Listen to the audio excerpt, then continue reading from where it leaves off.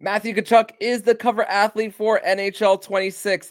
Is the curse real? We discuss this and more on today's Locked On Florida Panthers podcast.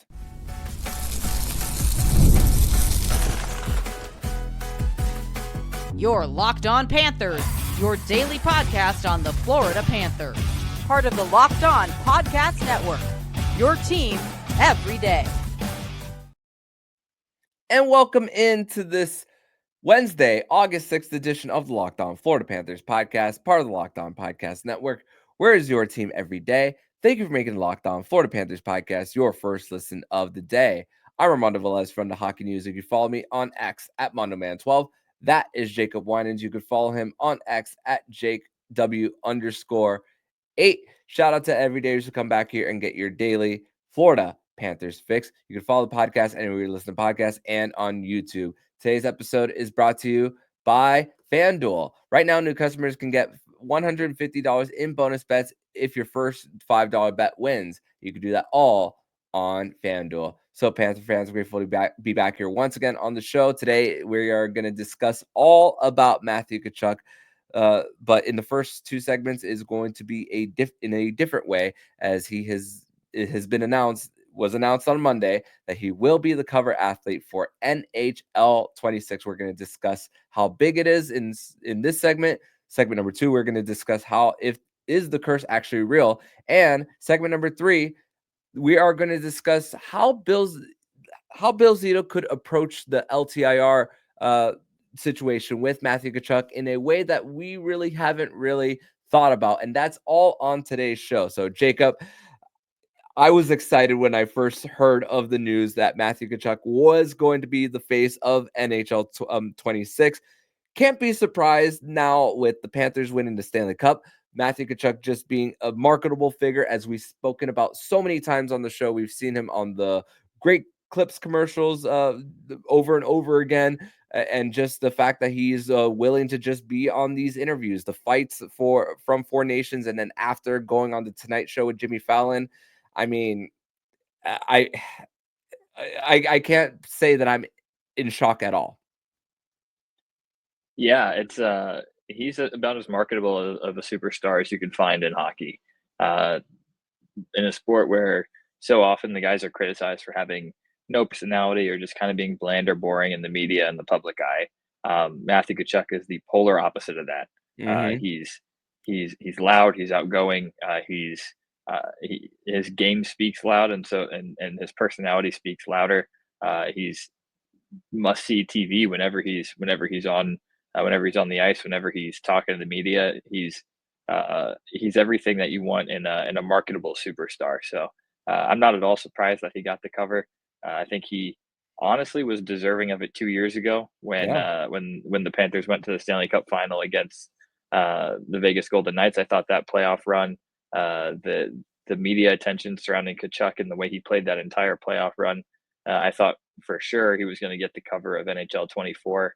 And I had it was my opinion that it should have been that year, and the cover shot could have definitely been him sliding on his knees after scoring against Carolina. And I believe we talked about it at one point back then.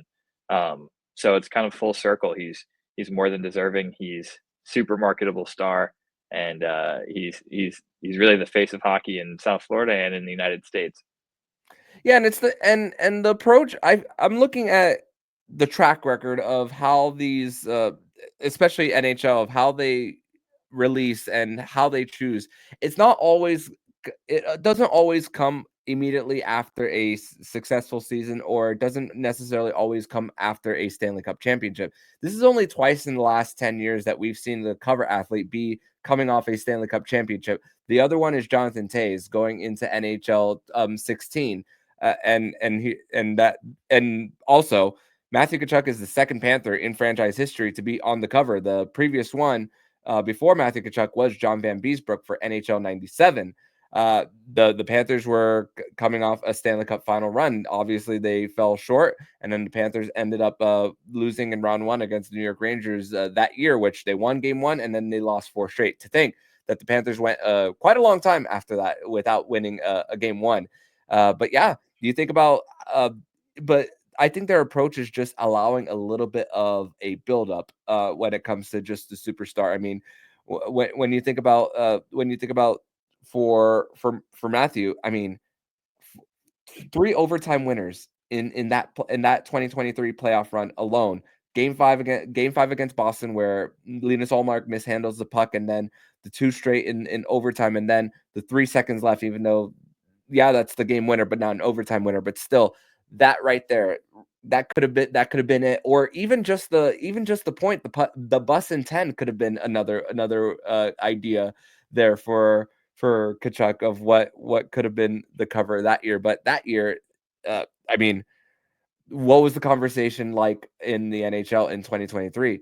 It was what they called Instagram hockey, of what John Tortorella criticized. The Michigan, Trevor Zegras and Sarah Nurse were on the cover that year. So they go after flash. Yeah, Matthew Tkachuk is a lot of flash. Even the Panthers in their caption said he's relentless, he's loud, and he's on the cover of NHL 26. So even though Trevor Zegras in that year was still pretty young, even though he fell out of favor in Anaheim, the approach once again is to allow these superstars to at least, because whenever EA, which funny enough, they used to have their headquarters in Central Florida in Maitland, just north of Orlando. They actually moved to California. They want to make sure the decision is right, that it's just not a one-hit wonder for certain players. But in the last year, it was funny enough, the year that Matthew Tkachuk should have been, Trevor Zegras isn't really thought of much around the league circles now these days.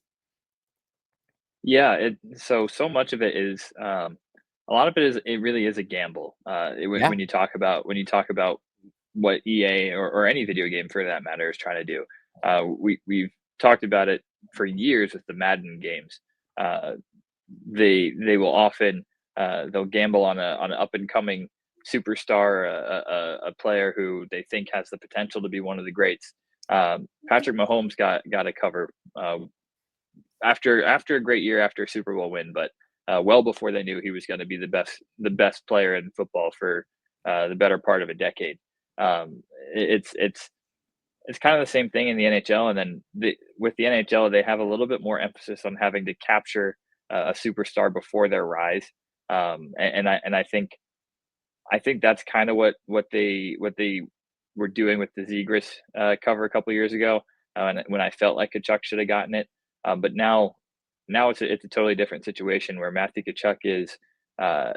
You're not going to find a more marketable superstar, and it was interesting that having this discussion, all of the possible moments that you talked about that would have made a great shot for a cover photo. That's kind of the whole point. He has all these moments where he's just front and center in your face. He's the guy who has the highlight reel plays, the memorable goals, the memorable moments.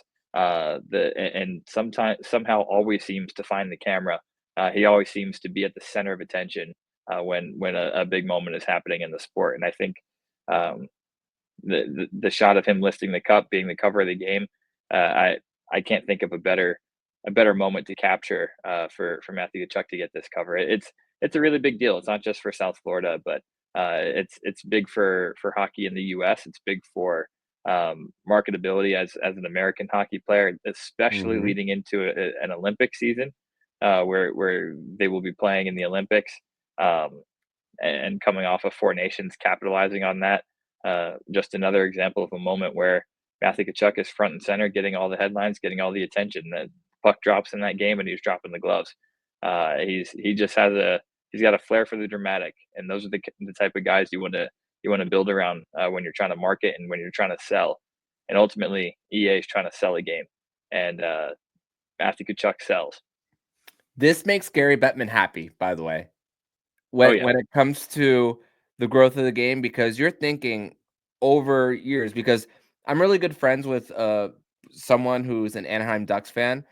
He's in his late 20s now, and that 2007 run when they won the cup there, even though the Ducks haven't been a playoff contender in the last few years, that was the season that really got him into being a hockey fan. And even though they haven't won since, he's continued to watch the game. and Matthew Tkachuk being on the cover of this game, you think about people who will be motivated to buy who might not even have a video game system, who might want to buy one along with NHL 26 because it's the player from their team. And to think that how much this helps with that, and also for generationally, and also as a collector's item, even if they don't play it anymore, and years go by, that could be something that could possibly be framed in a Panther fan's man cave as well. So that's how big of a deal this is for South Florida. Yeah, absolutely. And I think you can't really overlook that. It's like you said, it's a commodity. It's like anything that you want to collect. It's like sports cards. It's like memorabilia. It's really cool. It's something that Panthers fans will have to hold on to, and years from now, it'll be a really cool reminder of the era that was this Florida Panthers era of hockey. And looking back at past NHL games, fan bases all over have a particular game that they just love that game, even if it wasn't EA's best product that year. They love that game because their guy was on it, and it's a reminder of the era of hockey that their team was in. And every once in a while, EA puts out a tremendous NHL game that kind of stands the test of time. I know people, including myself, who still love NHL 14. Keep my Xbox 360 just to play NHL 14 from time to time. Legendary game is NHL 94. Everyone knows NHL 94. That game in particular is one that got a ton of people into hockey to begin with. So it's a huge marketing opportunity, and I can definitely say I've been that person who I might usually get the digital game and just download it. But if my guy's on the cover of that, when NBA 2K came out a few years ago and it was Dwayne Wade on the cover in the Vice uniform after his return to the Heat, it's like, you know what, we're skipping the digital version this year. We're getting the disc so I can have that case because that was my idol growing up. So there's definitely going to be kids out there who are they're going to get that game, they're going to hold on to it, they're going to love that case, and they're going to keep it around for a long time. And I'm excited for all of you guys out there who decide to buy the game this year, which the full release is going to be on Wednesday, August 6th, for NHL 26. But we're going to transition over to segment number 2, where we're going to discuss more about, is the curse actually real when it comes to the being on the cover? We'll discuss that next here on the Locked On Florida Panthers podcast. But first, we're going to tell you guys all about FanDuel. And summer sports are in full swing, whether you're all about baseball under the lights, golf on the green, or high-stakes soccer action. FanDuel is the best way to make every moment more exciting. You're already following the action. Why not make it more thrilling? With FanDuel, you can get in the game while your friends are getting sunburnt at the beach. So with FanDuel, now we are approaching the NFL season as the first week of preseason games are approaching.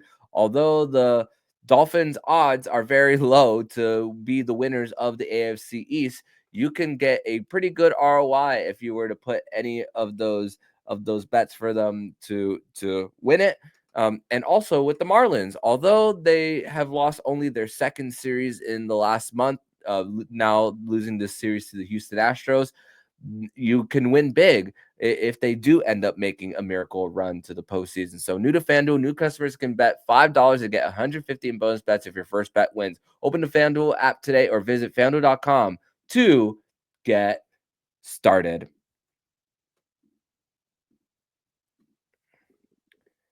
Segment 2 here on this Wednesday, August 6th edition of the Locked On Florida Panthers podcast. Thank you once again for making the Locked On Florida Panthers podcast your first listen of the day here on a Winans Wednesday edition of the show. And Jacob, when it comes to the curse for NHL 26, when I'm thinking for Matthew Tkachuk and the fact that he has this injury going into the offseason, yeah, we spoke about marketability, being loud in front of the camera. But there's a part of me that wonders the fact that EA and the NHL already knowing that he is going to be on the shelf this season. I wonder if a part of me thinks wonders if their thought process was, he's already on the show. We can't curse him anymore. So part of me wonders if this is just trying to put a little bit of good juju for Matthew Tkachuk heading into this season. But you never know if this will end up being him being out the entire season when we're hoping of him to return prior to the Olympics. Yeah, you know me, I'm a very superstitious guy when it comes to some of this stuff. So I'm hoping that the curse is non-existent for Chucky, given that he's already starting the year injured. Um, Maybe he's exempt from it because he's already got a prior injury. So that's what we're going to hope for. But no, I think looking at the NHL curse, the NHL cover curse, there's a little bit of tangibility there. I think Yeah. there's you could make the case that it's real. There's a somewhat proven track record of things going wrong for guys who are on the cover. So we're going to hope that his already existing injury is his curse. But even just look at this year, the Hughes brothers being all on the cover together. Not exactly how they expected their years to go. Two of those guys end up finishing the season injured with shoulder surgeries needed, and then one of them, Quinn Hughes, was on the Canucks team that had a very, very disappointing year, and he had an injury himself that kept him out of Four Nations. So even this year, the curse was real for the trio of stars on the cover. Yeah, and you think about I just went back to the last 10 years for individual. And here's the thing: when it comes to the curse of how how each individual player has done after being on the cover, individually, players have actually done quite well. Uh, in the case of in the case of Jonathan Toews, he won the Messier Award a year before, but the Chicago Blackhawks were a round one exit. Alexander Ovechkin, he came off of Rocket Richard for the Washington Capitals there, but they lost in round one against the Boston Bruins. So and Austin Matthews being on the cover twice in a 3-year span. That was before the Leafs won their first playoff series since 2004. So there's that track record. The year that McDavid was on the cover, Edmonton missed the playoffs. The year that Patrice Bergeron was on the cover, the Boston Bruins missed the playoffs as well. PK Subban, the year that he was on the cover. And honestly, when PK Subban was on the cover, it was off of Stanley Cup final run. And then the very next year, the Nashville Predators won the President's Trophy. So that was striking while the iron was hot at the time, with Southeastern hockey growing at the time. But PK Subban only played 63 games that very next year, and the Nashville Predators were a round one exit against the St. Louis Blues in the year of that miracle run from last place in January, and then ending up winning in Game 7 on the road in Boston. So the track record is absolutely real when it comes to these cover athletes. So now reading all those, now that I put it in detail, how do you react to that? Yeah, and there's a couple in there that I also thought about right away that were interesting to me. Tarasenko had a cover, and I Yeah. believe it was either the year before or maybe 2 seasons before they went to the Stanley Cup final and won against Boston. But Tarasenko also had if I'm not mistaken, had an injury the year of his game cover. It might have been the first of his shoulder injuries. Um, so there's that one, and then obviously Trevor Zegras had uh, he got himself a cover and has kind of fallen off completely in that time. He got hurt a bunch in Anaheim the year after that, and then his play just kind of dwindled and ends up getting traded. So um, I'm not really that concerned about Matthew Tkachuk's personal numbers. Uh, we know when he gets healthy, when he's back in the lineup, he's going to get his. He'll be totally fine. But I would say I'm a little concerned about the team performance following a player getting on the cover of the game. Uh, but it may just be more of the fact that they tend to get these guys on the cover of the game coming off of really successful years. And in real life, at the end of a really successful season, it's very uncommon to repeat that success. And it's hard to keep guys, it's hard to keep teams together. So that may be more of the real reason why you see teams fall off a little bit after one of their star players gets the cover following a great run. We're just going to hope the Panthers are immune, and they've definitely put together a team that should have no reason not to contend again next year. But I don't think we should, with expectations, I don't think we should hold them to the standard of they have to win a Stanley Cup a third year in a row to to not be cursed or to have a successful year. That's unrealistic. But all I can say is I can watch whatever Tkachuk does, and I can watch whatever the Panthers do this upcoming year completely stress free, and just able to enjoy some hockey and enjoy the attention that's on hockey in South Florida, because they've already accomplished more in the last 2 years, really 3 to 4 years, than I could have ever imagined they would. So it's stress free. It's all gravy now. Yeah, no doubt. I did had to double check on Tarasenko on his shoulder injuries. Those were during COVID, actually, the shortened season. That the season was cut short. He played 10 games, and then the season after he played only 24 in that 56 game season. So it actually happened 3 years after. He did play all 82 games the year that he was on the cover, but a second round exit. Right. Against the President's Trophy winning, not President's Trophy winning, the 8th seeded Nashville Predators. That's right. And only one time has a cover athlete made it past the second round. Once, Patrick Kane for NHL 10. 3 times have they made it past round 1. As we mentioned, Patrick Kane, Vladimir Tarasenko, and Cale Makar just 2 years ago. So, and Cale Makar was coming off a Norris Trophy season. So those are the stats, and the fact is that it took until the NHL for that game to get multiple decades to advance past one round. Yikes! When it comes to the curse. Yeah. I've got a little known fact for you about the NHL covers and the curse we're talking about. Vladimir Tarasenko's year. Did you know that was coming off of the Panthers' trip to the playoffs against the Islanders, and Sasha Barkov was actually one of the finalists for that year's cover. I think he was in the top 5, and it was up to a fan vote, and the Panthers just did not have nearly the attention necessary to get Barkov into the lead in that vote. But he was the finalist, so we were this close to having an Alexander Barkov cover that year instead. Oh man, and to think that Vladimir Tarasenko's father and Alexander Barkov's father are pretty close from their time in Siberia. Man, I can only imagine the conversation then of the cover between those two at the time. But we're going to transition over to segment number 3, where we're going to continue the conversation on Matthew Tkachuk and an approach that we hadn't really thought about going into this upcoming season. We'll discuss that more next year on the Locked On Florida Panthers podcast.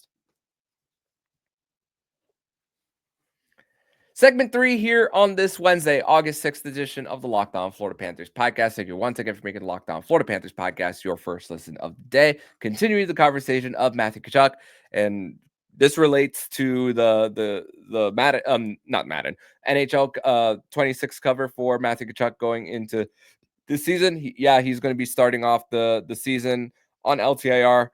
Going to miss the start. Nick Kypreos says it's probably going to be around the Christmas break, but this approach that Bill ZIto, when it comes to the roster construction and keeping this team together, and a possible approach that he could take is something that we hadn't really talked about on the show, and honestly, something that I hadn't really thought about.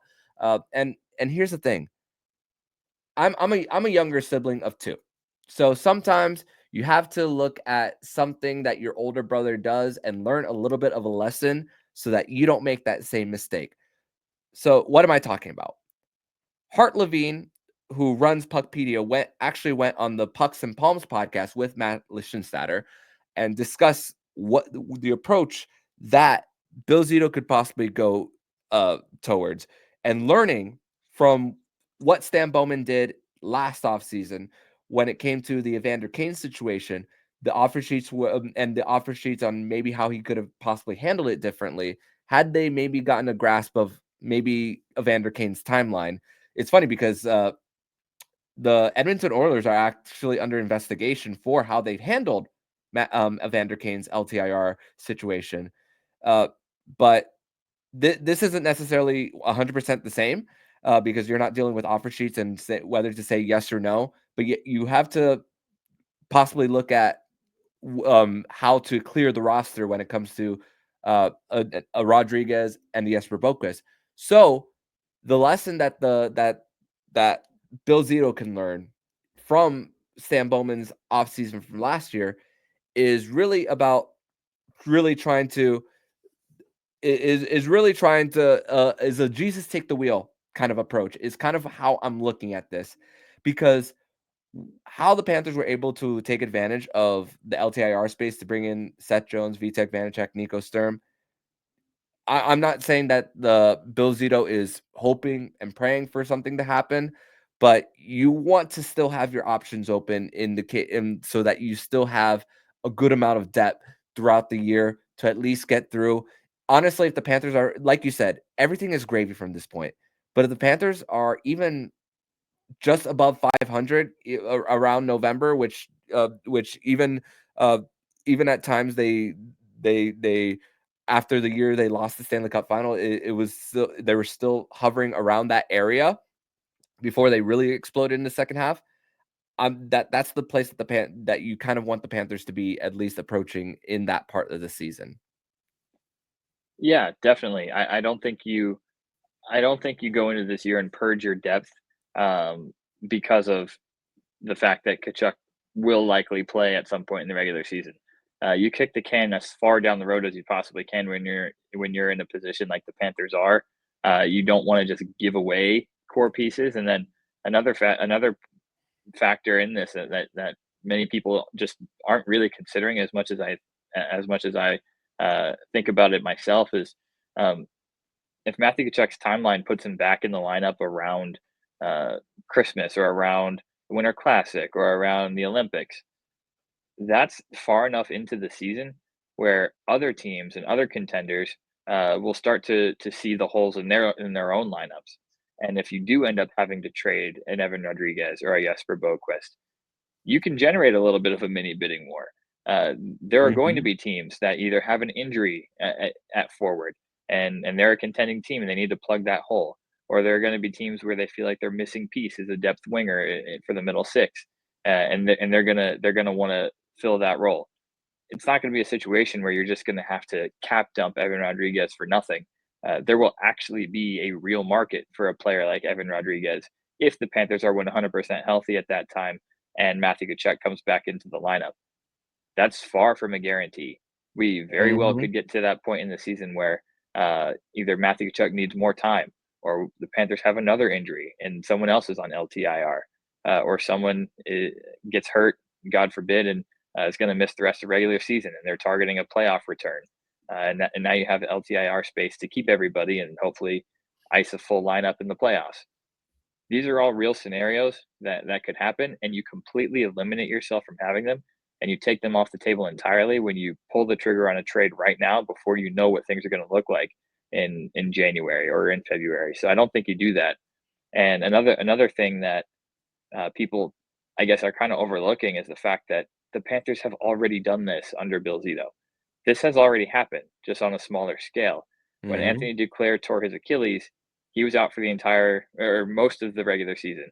They knew he would be back before the playoffs, but and they knew that he was going to miss most of the season. They went without trading Patrick Hornquist anyway, even though they knew that if Hornquist is in the lineup and Duclair comes back, they would be over the cap and someone would have to move. They didn't trade Hornquist, and he ends up getting injured, suffers a concussion, misses the rest of the season, and retires. But that entire year, up until that point, he had played, and he wouldn't have been in the lineup. And the Panthers desperately needed every single guy on that roster that year to contribute. He wouldn't have been in the lineup that entire year if they had just traded him, knowing that Duke was coming back later in the season. So the Panthers have already taken this approach of keep everything we have, We don't know who's going to get hurt. We don't know what's going to happen later on. Kick the can down the road. And it actually worked out that year because Duke comes back. Hornquist had already been injured. They now had the space for him, and he didn't have to get rid of anybody.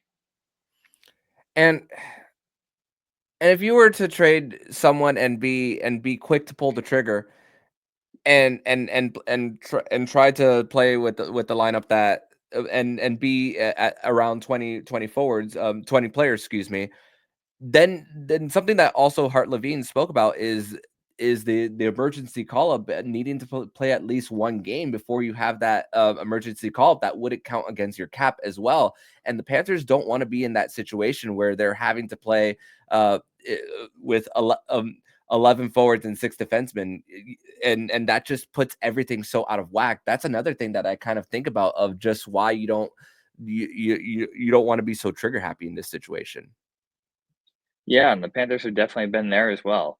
We've seen the games where the Panthers are right up against the cap, and the guy goes down, and they're playing short forwards, they're playing short of D-men, or they're playing 7 or 8 D-men in the lineup and rolling 3 lines. I mean, early last year, the Panthers had major injury issues and not a whole lot of cap space to plug holes, and they were playing a really strange lineup with Patrick Giles centering the 4th line and just random.